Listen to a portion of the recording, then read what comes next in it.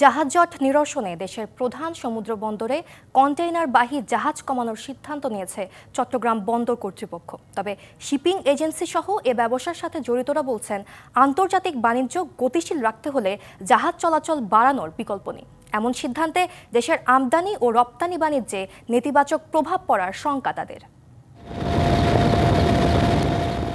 চলতি বছরের শুরুতে চট্টগ্রাম বন্দরে চলাচলের জন্য মোট অনুমোদিত কন্টেইনার জাহাজের সংখ্যা ছিল ৯৬টি। ওই সময় বহিনঙ্গরে জাহাজের অবস্থানের সময় বা ওয়েটিং টাইম ছিল ১ থেকে ২ দিন এবং অপেক্ষমান জাহাজের সংখ্যা ছিল ৭ থেকে ৮টি।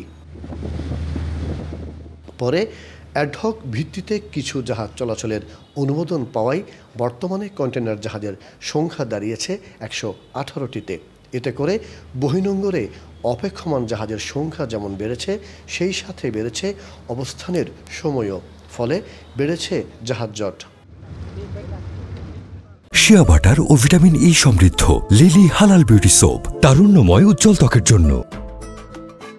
এই জট নিরসনে সম্প্রতি বন্দর কর্তৃপক্ষের শীর্ষ কর্মকর্তাদের উচ্চ পর্যায়ের এক বৈঠকে জাহাজের সংখ্যা কমপক্ষে ১৫টি কমিয়ে আনার সিদ্ধান্ত নেওয়া হয়। সিদ্ধান্ত কার্যকর করতে বাংলাদেশ শিপিং এজেন্ট অ্যাসোসিয়েশনকে চিঠিও দিয়েছে বন্দর কর্তৃপক্ষ।